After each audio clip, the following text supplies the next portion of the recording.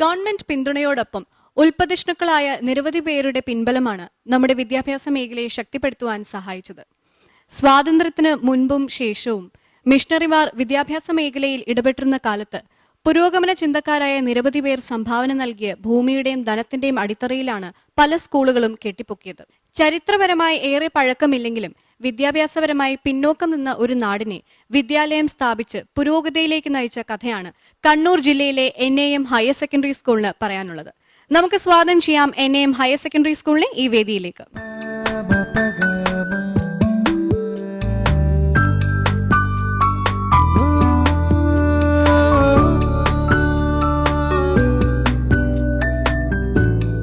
NAM higher secondary സ്കൂളിന്റെ ആമുഖ ദൃശ്യങ്ങളിലേക്ക്. സുവർണഗിരിയുടെ താഴ്വാരത്തിൽ സുഭാഷിതം പോൽ പുഴയൊഴുകി, സുഗമ സംഗീതത്തിൽ ലയമെന്ന പോലെ സരസ്വതി സദനവും സമമൊഴുകി.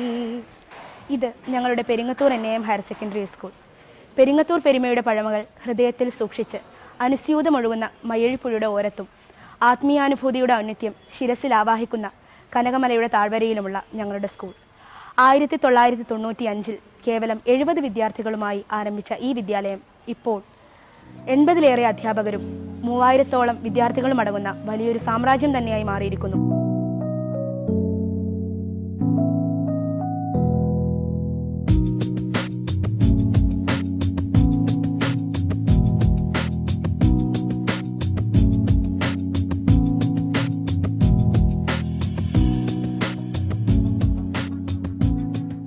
സോന്റെ സ്കൂൾ എന്നിവിടെ അവതരിപ്പിക്കുന്ന മാതൃകാ പ്രവർത്തനങ്ങൾ ഏതൊക്കെയാണ്?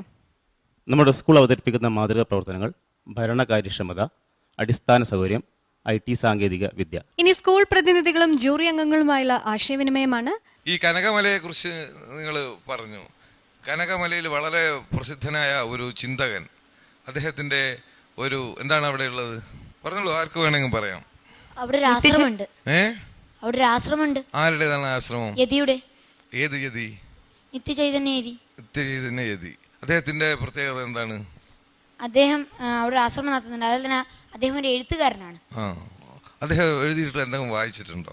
ഗുരുവും ശിഷ്യനും അങ്ങനെ കേട്ടിട്ടുണ്ട് പുസ്തകത്തിന്റെ പേര്, പക്ഷെ ഞാൻ വായിച്ചിട്ടില്ല. ആരാ യതിയുടെ നിങ്ങളുടെ ഇത്ര അടുത്തുള്ള ഒരു ആശ്രമം ഉണ്ടായിട്ട് അദ്ദേഹം എഴുതിയിട്ടുള്ള ഏതെങ്കിലും കൃതി ആരെങ്കിലും വായിച്ചിട്ടുണ്ടോ? വായിക്കണം കേട്ടോ. ഈ കാവൽ എന്നുള്ള കഥ എടുത്തോ നിങ്ങൾക്ക് ക്ലാസ്സിൽ? എടുത്തോ അല്ലേ? ഈ കാവലിലെ ഈ ജോഗി, എന്താ ജോഗി എന്നായിരുന്നില്ല പേര്? നിങ്ങളുടെ സ്കൂളിൽ പഠിക്കാൻ എത്തുന്നു എന്ന് കരുതുക. നിങ്ങൾ എന്തെല്ലാം രീതിയിൽ ഉള്ള സഹായം ചെയ്യും ആ കുട്ടിയെ അവിടെ പഠിപ്പിക്കാൻ? ജോഗി ഒച്ചത്ത് പറയൂ. ജോഗി ഒരു ദരിദ്ര കുടുംബത്തിൽ നിന്ന് വരുന്ന ഒരാളാണ്. അപ്പോൾ അവന് വേണ്ട എല്ലാ സഹായങ്ങളും എന്തൊക്കെ സഹായമാണ് നിങ്ങൾ ചെയ്യാന്നാണ് ഞാൻ ചോദിക്കുന്നത്. പഠനത്തിനാവശ്യമായ ടെക്സ്റ്റ് ബുക്കുകൾ അത് നിങ്ങൾ എങ്ങനെ കൊടുക്കും? നമുക്ക് അതിനായി ഫണ്ട് ഉണ്ട്. ഫണ്ട് കൈകാര്യം ചെയ്യുന്ന ആരാണ്? നമ്മുടെ PTA, പൂർവ്വ വിദ്യാർത്ഥി സംഘടന, അവരൊക്കെ കൂടി സ്വരൂപിക്കുന്ന പൈസയിലൂടെ. പിന്നെ കുട്ടികളെടുത്തുനിന്ന് കഴിയുന്നത്ര ഒരു നിർബന്ധവും ഇല്ല, എത്ര കൊടുക്കണം ഇത്ര തരണമെന്നോ ഒരു നിർബന്ധവും. ഈ യുവജനോത്സവം ഇങ്ങനത്തെ പരിപാടിയൊന്നും വരുമ്പോഴേ യാതൊരു നിർബന്ധവും ഇല്ലേ പൈസക്ക്? ഇത്ര പൈസ തരണമെന്ന് പത്തനാം മാഷ് നോട്ടീസ് അയക്കില്ലേ നിങ്ങൾക്ക് ക്ലാസ്സിൽ? തീരെ എന്താ ഒരു കഴിവില്ലാത്ത അവരെ നമ്മൾ സഹായിക്കുമല്ലോ. അപ്പൊ സ്കൂളിൽ നിന്നും അതിനുള്ള എല്ലാ നടത്തുന്നുണ്ട്. അപ്പൊ ജോഗിന്റെ കാര്യത്തിൽ എന്ത് ചെയ്യും പറ? അവന് വേണ്ട പഠിക്കാൻ വേണ്ട എല്ലാ വസ്തുക്കളും. അതെ, അത് അതാദ്യം പറഞ്ഞല്ലോ. നിങ്ങൾ അതിനുള്ള പൈസ എങ്ങനെ കണ്ടെത്തും എന്നാണ് ഞാൻ ചോദിക്കുന്നത്. PTA പൈസ നൽകാൻ തയ്യാറാണ്. PTA പൈസ തരും, നൽകും, അത് ഉറപ്പ് തന്നെയാണ്. അതുപോലെ തന്നെ കുട്ടികൾ ഒരു 50 വയസ്സിന് മോനെ എനിക്കൊരു 50 പൈസ നിങ്ങളും എടുക്കും. അല്ല, നമുക്ക് കഴിയുന്നത്ര പോക്കറ്റ് മണിയായിട്ട് നമ്മുടെ കുട്ടികളെ 10 രൂപ മുതൽ 20 രൂപ അങ്ങനെ കുറച്ച് പൈസ ഉണ്ടാവും. അതിൽ കുട്ടിക്ക് കഴിയുന്നത്ര അല്ലെങ്കിൽ കുട്ടിക്ക് ഇഷ്ടമുള്ള രീതിയിൽ തരിക. അതൊക്കെ സ്വരൂപിച്ച് കുട്ടിക്ക് ഒരു കുട്ടിക്ക് അല്ലെങ്കിൽ ആ ജോഗി എന്ന് പറഞ്ഞ കുട്ടിക്ക് പഠിക്കാനുള്ള ജോഗിനെ പോലെ തന്നെ ജോഗിയുടെ കുറച്ച് കൂട്ടുകാരും ഇല്ലേ? ആ കുട്ടിയൊക്കെ എന്ത് എന്ത് എന്ത് ചെയ്യും നിങ്ങൾ? വേറെ കുട്ടി പറയൂ. അതായത് യോഗിയുടെ കുറച്ച് കൂട്ടുകാരുണ്ട്. ഈ നമ്മൾ ഇവരെയൊക്കെ ഒന്ന് പഠിപ്പിച്ച് ശരിയാക്കി എടുക്കണ്ട, അതിനല്ലേ നമ്മൾ ഈ വിദ്യാഭ്യാസമൊക്കെ എന്ത് ചെയ്യും നമ്മൾ? ഇപ്പോൾ വിദ്യാലയത്തിൽ സ്നേഹജ്യോതി എന്ന് പറഞ്ഞൊരു ഫണ്ടുണ്ട്. അതായത് കുട്ടികൾ സ്വരൂപിക്കുന്നതും അതുപോലെ തന്നെ വിശുദ്ധ റംസാൻ മാസത്തിൽ അധ്യാപകരും കുട്ടികളും നൽകുന്ന ഒരു സംഭാവന. റംസാൻ മാസത്തിൽ നിങ്ങൾ സക്കാത്ത് കൊടുക്കാറുണ്ടോ? ഉണ്ടോ? സ്കൂൾ തലത്തിൽ സക്കാത്ത് കൊടുക്കാറുണ്ടോ? സ്കൂൾ തലത്തിൽ സക്കാത്തിന് പകരമായിട്ട് നമ്മൾ പാവപ്പെട്ട നിർധനരായ കുട്ടികൾക്ക് വേണ്ടിയിട്ട് നമ്മളെ ഇപ്പോൾ സക്കാത്തിന് കൊടുക്കുന്ന തുകയാണെങ്കിൽ അത് നമ്മൾ ഈ സ്നേഹജ്യോതി ഫണ്ടിലേക്ക് വിതരണം ചെയ്യും. നിങ്ങൾ ഈ ഓണം കാലത്ത് ഓണാഘോഷം അതുപോലെ തന്നെ റംസാൻ കാലത്ത് നോമ്പ് തുറ ഇതൊക്കെ നടത്താറുണ്ടോ? അവിടെ നടത്താറുണ്ടല്ലേ? പുറത്തുള്ള ആൾക്കാരൊക്കെ വിളിച്ച് വരുത്തുമോ അതിന്? ക്ഷണിക്കാറുണ്ട്. പക്ഷേ സാമ്പത്തികമായി ഏത് തരക്കാരാണ് സ്കൂളിൽ? സാമ്പത്തികമായി രണ്ട് തരത്തിലുള്ള ആളുകളുണ്ട്. സാമ്പത്തികമായിട്ട് വളരെ മുന്നോക്കക്കാരുണ്ട്, സാധാരണ കൂലിവേലൊക്കെ പോയിട്ട് ജീവിക്കുന്ന ആളുകളും മിക്സഡ് ആയ ഒരു പ്രദേശം. എത്ര ശതമാനം വീതം ഉണ്ടാവും കുട്ടികൾ? ഒരു 60% സാമ്പത്തികമായിട്ട് മുന്നിലുള്ള ആളുകൾ തന്നെ. ഗൾഫ് ജോലി ചെയ്യുന്ന രക്ഷിതാക്കളുടെ മക്കളാണ് കൂടുതലുള്ളത്. ഈ കുട്ടികൾക്കിടയിൽ അത്ര എന്തെങ്കിലും അന്തരം ഉണ്ടാകുന്ന ഒരു സാഹചര്യം ശ്രദ്ധിച്ചിട്ടുണ്ട്? സ്കൂളിൽ അത്തരം അന്തരം ഉണ്ടാകാനുള്ള സാഹചര്യം നമ്മൾ സൃഷ്ടിക്കാറില്ല. എല്ലാ കുട്ടികളെയും എങ്ങനെയാണ് അത് ഇല്ലാതാക്കുന്നത്? എല്ലാ കുട്ടികളെയും ഒരേപോലെ കാണുന്നു. യൂണിഫോമിൽ എന്തെങ്കിലും വൈവിധ്യം ആരെങ്കിലും കൊണ്ടുവരാൻ ശ്രമിക്കുന്നുണ്ടെങ്കിൽ, അനാവശ്യമായി പൈസ കൊണ്ടുവരുന്നുണ്ടെങ്കിൽ, അതുപോലെ സ്വർണ്ണാഭരണങ്ങൾ ഇട്ട് വരുന്നുണ്ടെങ്കിൽ അതൊക്കെ നിരുത്സാഹപ്പെടുത്തുകയും നിരോധിക്കുകയും ചെയ്തിട്ടുണ്ട്. ഉച്ചഭക്ഷണത്തിന്റെ കാര്യം എങ്ങനെയാണ് മാഡം? ഉച്ചഭക്ഷണത്തിന്റെ കാര്യം എങ്ങനെയാണ്? ഉച്ചഭക്ഷണം 8ാം ക്ലാസ്സിലെ കുട്ടികൾക്കാണ്. 9ലെയും 10ലെയും പാവപ്പെട്ട കുട്ടികളെ കൂടി ഉച്ചഭക്ഷണ പദ്ധതി ഞങ്ങൾ പെടുത്തി. എല്ലാ കുട്ടികൾക്കും ഒന്നിച്ച് ഭക്ഷണം. കാരണം നിങ്ങളുടെ അടിസ്ഥാന സൗകര്യങ്ങൾ ഇവിടെ നോക്കുമ്പോൾ നിങ്ങൾ വളരെ മുമ്പിലാണ്. എനിക്ക് തോന്നുന്നു ഇവിടെ വന്നിട്ടുള്ള ഏറ്റവും മുൻനിര സ്കൂളുകളുടെ കൂട്ടത്തിലൊന്നാണ് നിങ്ങൾ. എല്ലാ സൗകര്യങ്ങളും മറ്റ് സ്കൂളുകളില്ലാത്ത സൗകര്യങ്ങൾ പോലും വളരെ മെച്ചമായ സൗകര്യങ്ങളാണ് നിങ്ങൾക്കുള്ളത്. പ്രത്യേകിച്ച് ലാംഗ്വേജ് ലാബ് പോലെയുള്ള കാര്യങ്ങൾ. ബിൽഡിങ്ങിന്റെ ഒരു ഷേപ്പ് തന്നെ ഈ സൗണ്ട് ഓവർലാപ്പ് ചെയ്യാത്ത രീതിയിൽ ഒരു 6 ആക്ട് മോഡലിലാണ് ക്ലാസ് റൂമുകൾ ഉള്ളത്. ഒരു ക്ലാസ്സിൽ നടക്കുന്ന കാര്യങ്ങൾ മറ്റേ ക്ലാസ്സിൽ ഒരു തരത്തിൽ എത്താത്ത രീതിയിലാണ് ബിൽഡിങ്ങിന്റെ കൺസ്ട്രക്ഷൻ തന്നെ. IT കോർഡിനേറ്ററായ സാർ, നിങ്ങളുടെ ഒരു ശക്തി മേഖല സാങ്കേതിക മികവ് എന്നാണ്. നിങ്ങൾക്ക് നല്ലൊരു കമ്പ്യൂട്ടർ ലാബ് ഞാൻ കണ്ടു. എന്നാലും എന്നോട് ഒരു വാക്കിലെന്ന് പറയും, ഈ സാങ്കേതിക മികവ് അവിടെ കമ്പ്യൂട്ടർ വെച്ചതുകൊണ്ട് മാത്രം മികവാകുന്നുണ്ടോ? എന്താണ് ഈ മികവ് നിങ്ങളുടെ? സാങ്കേതിക മികവ് എന്നുകൊണ്ട് ഞങ്ങൾ ഉദ്ദേശിച്ചത് 52 കമ്പ്യൂട്ടറുള്ള ഒരു മികച്ച ലാബ് ഞങ്ങൾക്കുണ്ട്.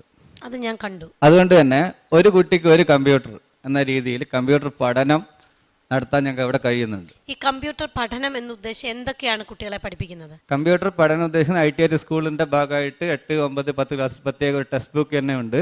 ആ ടെക്സ്റ്റ് ബുക്ക് 2 പീരീഡ് പ്രാക്ടിക്കലും 2 പീരീഡ് തിയറി ആയിട്ടാണ് നമ്മൾ ക്ലാസ് കൊടുക്കാറുള്ളത്. അതൊരു കുട്ടിക്ക് ഒരു കമ്പ്യൂട്ടർ എന്ന രീതിയിൽ ലഭിക്കുന്നതുകൊണ്ട് തന്നെ അതിൻ്റെ പൂർണ്ണ അർത്ഥത്തിൽ ഞങ്ങൾക്ക് അതിനെ പഠിപ്പിക്കാൻ ഞങ്ങൾക്ക് കഴിയുന്നുണ്ട്. കൂടാതെ ഞങ്ങൾ ഈ വർഷം ചെയ്തൊരു പരിപാടി ഉണ്ടായിരുന്നു. IT ക്ലബിൻ്റെ നേതൃത്വത്തിൽ IT അറ്റ് സൊസൈറ്റി എന്നുള്ളൊരു പ്രോഗ്രാം ഞങ്ങൾ പ്ലാൻ ചെയ്തിരുന്നു. അപ്പം ഞാൻ വേറൊരു ചോദ്യം ചോദിക്കട്ടെ? ഞാൻ കീർത്തി ബാബുവിനോട് ചോദിക്കാം. ഈ വൈറസ് എന്തുകൊണ്ടായി സ്വതന്ത്ര സോഫ്റ്റ്വെയറിൽ ഇല്ലാത്തത്?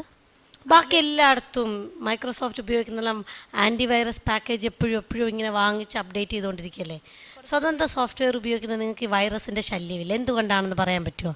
കുറച്ചുകൂടി പ്രൊട്ടക്ഷൻ ഉള്ള ഒരു സോഫ്റ്റ്വെയർ ആണ്. കുറച്ചുകൂടെ ഒന്ന് ആലോചിക്കുക. ആരെങ്കിലും ഒന്ന് പറയും, സാറിൻ്റെ സഹായമില്ലാതെ പറയും. ഈ മൈക്രോസോഫ്റ്റ് ആണ് നമ്മുടെ കമ്പനികളിലും അതിനെ വലിയ വലിയ കാര്യങ്ങൾക്കായി ഉപയോഗിക്കുന്നത്.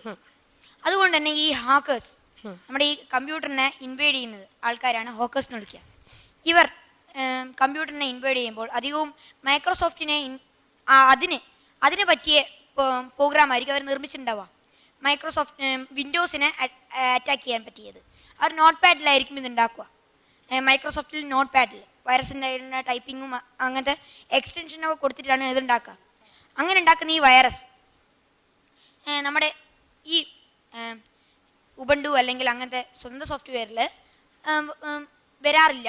കാരണം അത് വിൻഡോസിലായിട്ടുള്ള അല്ലെങ്കിൽ വലിയ വലിയ കമ്പനികളെ കേന്ദ്രീകരിച്ചുകൊണ്ടാണ് നമ്മുടെ ഈ ഹോക്കേഴ്സ് ചെയ്യുന്നത്.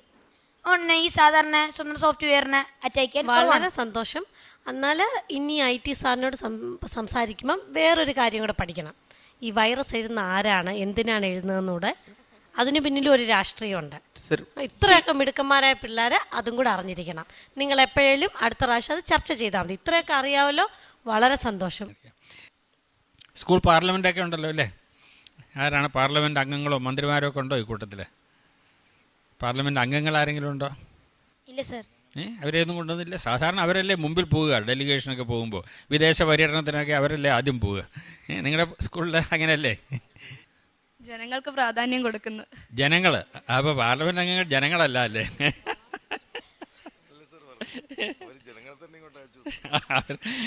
എങ്ങനെയാ തീരുമാനിച്ചത് നിങ്ങളാണ് വരേണ്ടതെന്നുള്ളത്? ആര് തീരുമാനിച്ചു? എങ്ങനെ തീരുമാനിച്ചു? കീർത്തി പറഞ്ഞേ. എല്ലാ ചോദ്യങ്ങളും തൻ്റെതായ രീതിയിൽ അഭിമുഖീകരിക്കാൻ പറ്റുന്ന വിദ്യാർത്ഥികൾ. അതെങ്ങനെ തിരഞ്ഞെടുത്തു? നിങ്ങൾക്കാണ് അഭിമുഖീകരിക്കാനുള്ള തണ്ടും തടിയും ഒക്കെ ഉണ്ടെന്ന് എങ്ങനെ തീരുമാനിച്ചു? എല്ലാ വിദ്യാർത്ഥികളെയും താല്പര്യമുള്ളവരും. അതെ, എന്തായിരുന്നു അതിന്റെ പ്രക്രിയ, പ്രോസസ് ഈ തെരഞ്ഞെടുപ്പിന്റെ? ആദ്യം നമ്മളടുത്ത് തങ്ങളുടെ സ്കൂളിനെ കുറിച്ച് കുറച്ച് വാക്ക് സംസാരിക്കാൻ പറഞ്ഞു. അതിലൂടെയാണ് തുടങ്ങിയത്. അതില് എങ്ങനെ ആർക്ക് വേണമെങ്കിലും വന്ന് സംസാരിക്കാം, അങ്ങനെയായിരുന്നു? അതെ, ആർക്ക് വേണമെങ്കിലും വന്ന് സംസാരിക്കാം. അതിൽ ഏറ്റവും മികച്ച. അത് ശരി. അപ്പോൾ NAMHS പെരുങ്കത്തൂരിലെ ഏറ്റവും നന്നായിട്ട് സംസാരിക്കുന്നവരാണ് ഇപ്പോൾ വന്നിരിക്കുന്നത് അല്ലേ? അത് കാണാനുണ്ട് കേട്ടോ. പക്ഷെ ഞങ്ങൾ സംസാരിക്കുമ്പോഴല്ലോ നിങ്ങളുടെ സംസാരം മിടുക്കല്ല നോക്കുന്നത്. നിങ്ങളിലൂടെ ഞങ്ങൾ കാണുന്ന 2500 കുട്ടികളെയാണ്, നിങ്ങളുടെ സ്കൂളിലെ എല്ലാ കുട്ടികളെയും. അവരെ സംബന്ധിക്കുന്ന കാര്യങ്ങളാണ് നിങ്ങളിലൂടെ ഞങ്ങൾ അറിയാം. നിങ്ങളിപ്പോൾ എല്ലാ ചോദ്യത്തിനും ഉത്തരം പറഞ്ഞാൽ പെരുങ്കത്തൂരിലെ എല്ലാ കുട്ടികളും മിടുക്കന്മാരാണ്, മിടുക്കലെന്ന് ഞങ്ങൾ തെറ്റിദ്ധരിക്കുകയൊന്നുമില്ല. പക്ഷേ നിങ്ങൾ എങ്ങനെയാണ് ഉത്തരത്തിനെ സമീപിക്കുന്നത്, അതിന് നിങ്ങൾക്ക് കിട്ടിയിരിക്കുന്ന അവിടുത്തെ സാധാരണ വിദ്യാഭ്യാസം എങ്ങനെയാണെന്നാണ് ഞങ്ങൾ നോക്കാൻ ശ്രമിക്കുന്നത്, അല്ലാതെ ഈ കോച്ചിങ് അല്ല. അതായത് ആഹാരത്തിൻ്റെ അവശിഷ്ടം കളയാതിരിക്കാനായിട്ട് നിങ്ങൾ കുറേ പെറ്റ് ആനിമൽസിന്, അതിൽ മുയൽ കണ്ടു, പിന്നെ താറാവുകളെ കണ്ടു, പിന്നെ എന്തൊക്കെയുണ്ട്, ഗിനിപ്പന്നി, ഇതിനെയൊക്കെ വളർത്തുന്നുണ്ട്. ഈ പെറ്റ് അനിമൽസിനെ വളർത്തുന്നത് എങ്ങനെയാണ്? നിങ്ങൾ കൂട്ടിലിട്ടാണോ അതോ തുറന്നു വിടുവോ? അതായത് രാത്രി സമയങ്ങളിൽ നമ്മുടെ പ്രദേശത്ത് നായ്ക്കളുടെ ശല്യം വളരെ രൂക്ഷമാണ്. അപ്പോൾ പെറ്റ്സിനെ ആദ്യകാലങ്ങളിൽ ഫ്രീ ആയിട്ട് വിട്ട സമയത്ത് ധാരാളം പെറ്റ്സിനെ കൊന്നുപോയിട്ടുണ്ട്, മൃഗങ്ങൾ കൊന്നു നിന്നിട്ടുണ്ട്.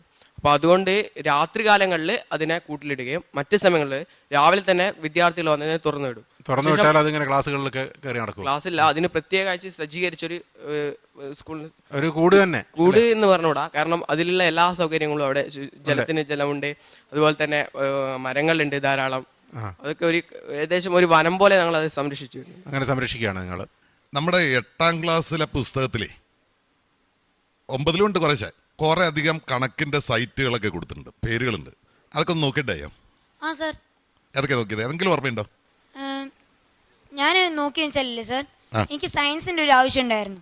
അതല്ല ഞാൻ പറഞ്ഞത്, പാഠപുസ്തകത്തിലെ തന്നെ ചില വിഷയങ്ങൾ കൂടുതൽ അറിയാൻ വേണ്ടിയിട്ട് ഇന്ന സൈറ്റ് നോക്കുക എന്ന് പാഠപുസ്തകത്തിലുണ്ട്. ആ സൈഡിലുള്ള കമന്റ്സ് ഉണ്ടല്ലോ, പുസ്തകങ്ങളുടെ വശത്തിലുള്ള കമന്റ്സിൽ കുറെ കണ്ടിട്ടില്ലേ? അതുപോലെ നോക്കിയോ? എന്നാ പതുക്കെ നോക്കിയാൽ മതി. നല്ല നോക്കിയിട്ടില്ലെങ്കിൽ വേണ്ട. ആരെങ്കിലും നോക്കിയോ അതൊക്കെ? അങ്ങനെ നോക്കിയിട്ടില്ല, പക്ഷെ ഹിന്ദുവില് സുഡോക്കു. സുഡോക്കു ഇരിക്കട്ടെ. അല്ല ഞാൻ പറഞ്ഞത്, നിങ്ങൾ പഠിക്കുന്ന വിഷയങ്ങളിലെ തന്നെ കൂടുതൽ കാര്യങ്ങൾ അറിയാൻ, അതിന്റെ ചരിത്രപരമായിട്ടും അല്ലാതെയും. മാത്തമാറ്റീഷ്യൻസിനെ കുറിച്ച് അറിയാൻ വേണ്ടിയിട്ട് ഡിപെൻഡ് ചെയ്തിട്ട് വിക്കിപീഡിയ പോയിട്ടുണ്ടായിരുന്നു. cuttheknot.org എന്ന് പറഞ്ഞൊരു സൈറ്റ് പോയോ? ധാരാളം നമ്മുടെ പാഠപുസ്തകത്തിൽ പറയുന്നതാണ്, ഹാൻഡ് ബുക്കിൽ പറഞ്ഞിട്ടുണ്ട്. അധ്യാപകരാരും പറഞ്ഞില്ല അത്. ഇല്ല, പോട്ടെ, ആയിക്കോട്ടെ. ഇനി NAM ഹയർ സെക്കൻഡറി സ്കൂളിന്റെ ഗ്രേഡ്സ് അറിയാനുള്ള സമയമാണ്. അതിനുമുമ്പ് പ്രേക്ഷകരുടെ അറിവിലേക്കായിട്ടൊരു കാര്യം പറയണം. ഏകദേശം 1 മണിക്കൂറോളമാണ് നമ്മൾ ഇപ്പോൾ ഈ സ്കൂളിലെ കുട്ടികളുമായിട്ട് ആശയവിനിമയം നടത്തിയത്. അതിൻ്റെ അടിസ്ഥാനത്തിലാണ് ഞങ്ങൾ ഈ ഗ്രേഡുകൾ പറയുന്നത്. പക്ഷേ നമ്മൾ ടെലികാസ്റ്റ് ചെയ്യുമ്പോൾ വളരെ കുറച്ച് ഭാഗം, ഇതെല്ലാം കൂടെ ഒരു 10 മിനിറ്റിൽ അതിൽ താഴെ വരുള്ളൂ. അപ്പോൾ ആ ഒരു തെറ്റായ ധാരണ ഉണ്ടാകാനിടയുണ്ട് എന്നുള്ളത് കൊണ്ട് ഞാൻ പറയുകയാണ്, ഞങ്ങൾ ഈ വിശദമായ ഒരു ആശയവിനിമയത്തിൻ്റെ അടിസ്ഥാനത്തിലാണ് ഈ ഗ്രേഡുകൾ പറയുന്നത്.